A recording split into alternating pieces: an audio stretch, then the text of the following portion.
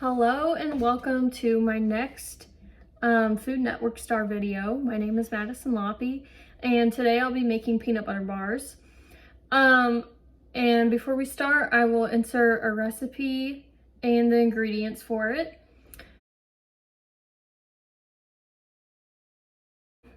So this dish has nutritional value through the peanut butter.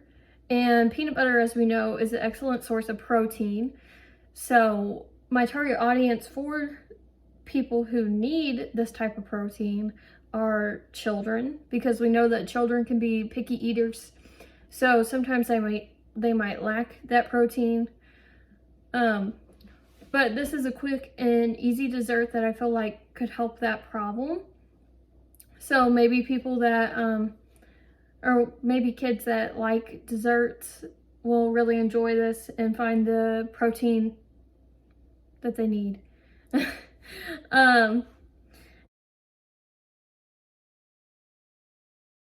Okay, so first thing is I have my ingredients. So I have my butter just melted in a bowl. I have the powdered sugar. These are the graham cracker crumbs. And we have semi-sweet chocolate chips, and we have the peanut butter. Okay, so first things first, let me grab my recipe. So in a medium-sized bowl, which I only really have a large bowl, but in this bowl, I'm going to be mixing together my butter, graham cracker crumbs, and powdered sugar. So I'm going to do that real fast. So I have my 1 cup of butter that I just tossed in there. Okay.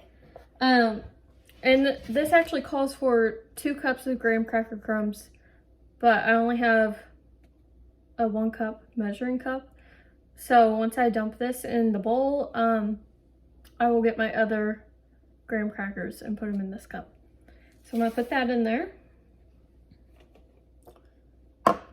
Okay, let me get my other graham crackers.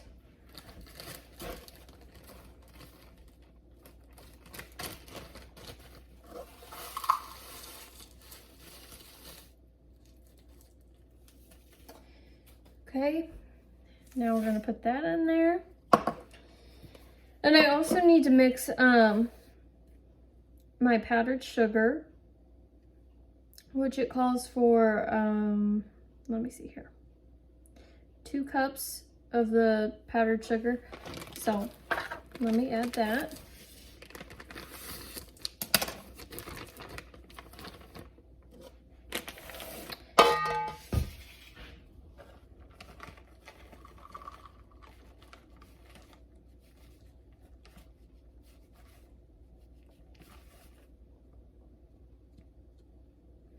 Okay, there's 1 cup.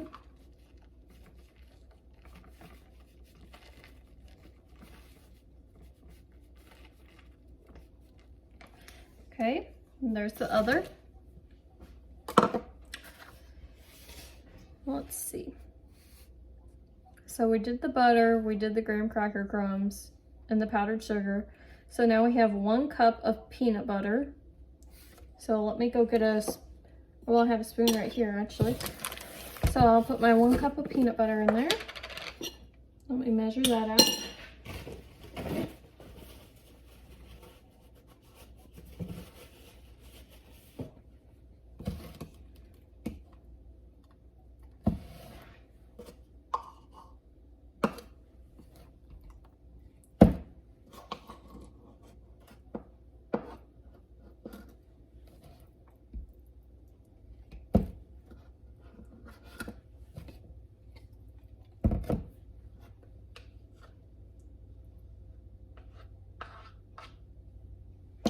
So actually, as I'm making this recipe, I was going to talk about some facts about some of the ingredients.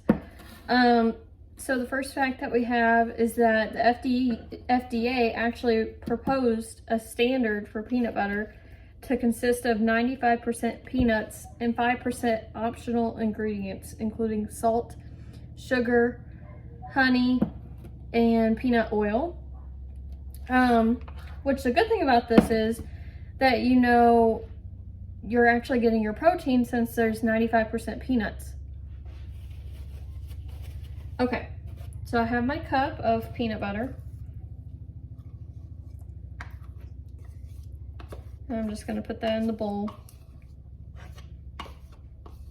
Now with the peanut butter, it does kind of get a little messy because peanut butters are really sticky, but as long as you just watch it, then you should be fine. You just don't want to get it on your clothes or anything.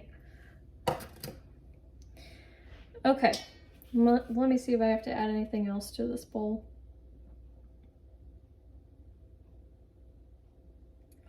Okay, so now I'm just gonna mix the ingredients together until smooth. Let me get a spoon out.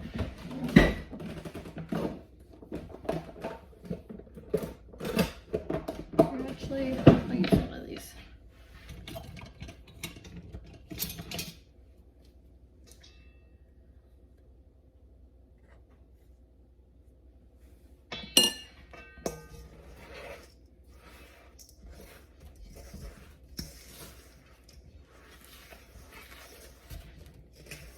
So this part of it might take a while because it's a little difficult to mix everything together, but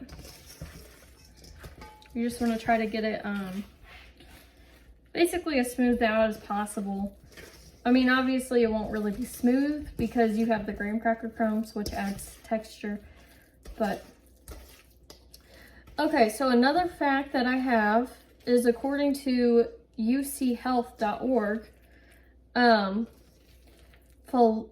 phenols from chocolate, I don't know if I said that right, which is one of our ingredients because we're using the semi-sweet chocolate chips. So that includes salt, sugar, dextrose, oops, sorry, I'm reading the wrong thing.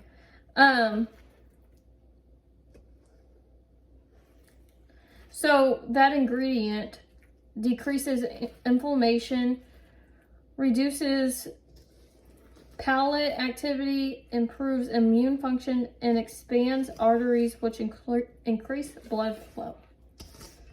So I know they always say that dark chocolate is good for you, which I'm not using dark chocolate, but apparently this chocolate is good for you too.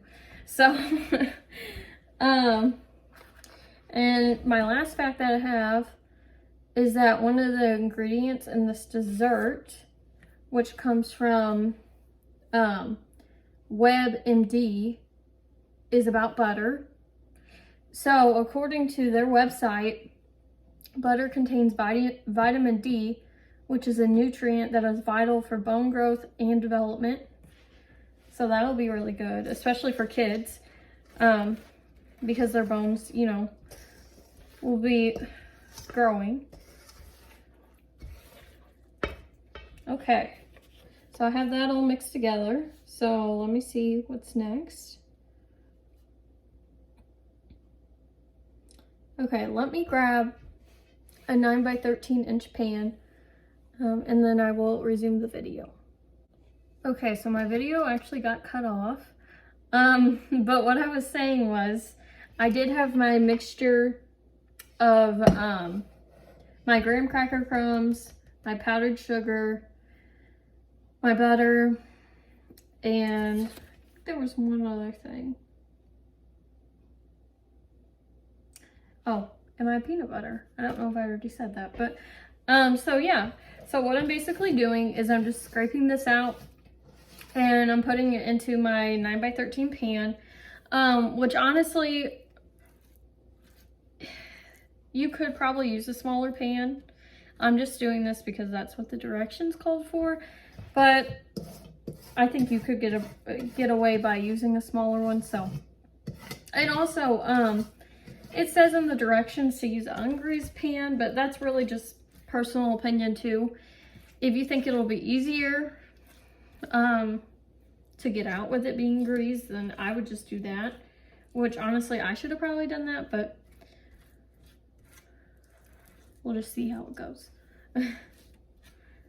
So right now I'm just smoothing everything out, and I'll show you what it looks like after I get done with that.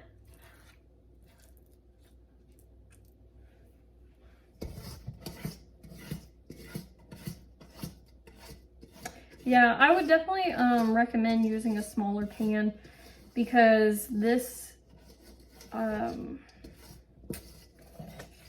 really don't think, according to the directions, that this makes enough for a 9x13. This seems like there's not really enough batter. But honestly, I guess it just depends on how much like layering that you want. I'm personally somebody that likes thick layering, so I would like a thick amount like of peanut butter and the graham crackers. But unfortunately with this size of the dish, it's only going to be a thin amount, so it's just really personal preference. Whatever type of thickness you like, I would use a pan according to whatever amount you're wanting it to be. Okay, let me show you.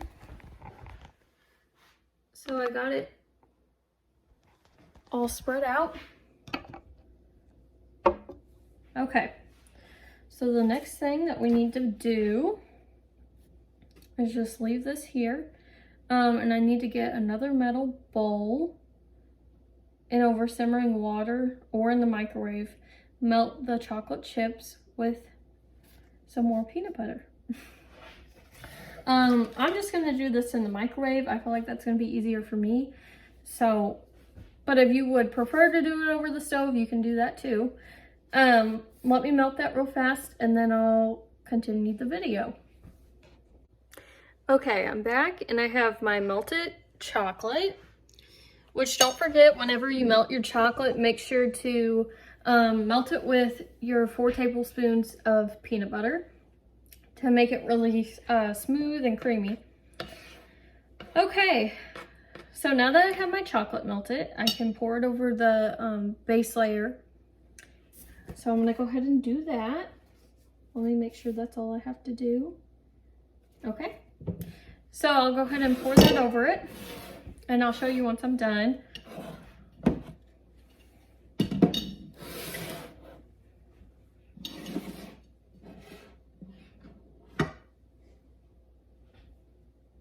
And also, on top of this being like a great dessert for kids, you can also just bring this to like a birthday party or something like that, or you might have to do some type of potluck and you want like an easy dessert to bring. This is really super easy. It only takes a total of 25 minutes.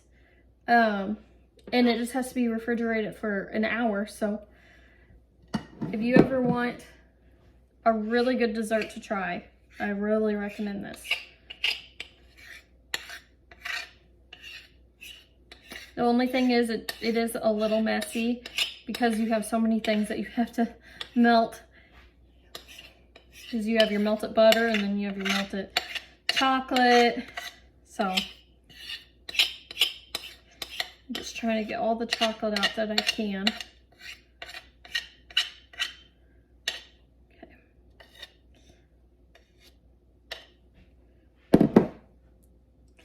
So now you just want to spread it over, and you kind of want it to be as smooth as possible, because obviously whenever you put it in the fridge, the chocolate's going to harden, and you don't really want jagged pieces that might hurt your mouth when you bite into it. So, but yeah, just try your best to cover the whole crust. Sorry, the video keeps getting cut off. So yeah, you just really want to try to smooth it out as much as you can. As I was saying though, since you're putting the melted chocolate on basically right away, it does kind of melt your crust a little bit, which is kind of the bad part about it. But either way, you're still gonna be getting that same delicious taste. So, but maybe if you want to, you could always try putting your crust in the fridge for a while.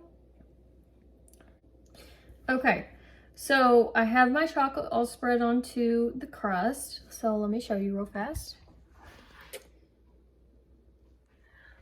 So the next thing that you're gonna do is you're gonna put this in the fridge for an hour. And then after the hour's up, you can cut it into squares and enjoy. So I'm going to put this in my fridge, and in an hour, I will check back on it and I'll show you what it looks like. Okay, so it's been about an hour or two, and I got it out of the fridge, so I'll show you. It really doesn't look much different. It's just cold now, you know. But all that you have to do is just cut it into squares and eat it.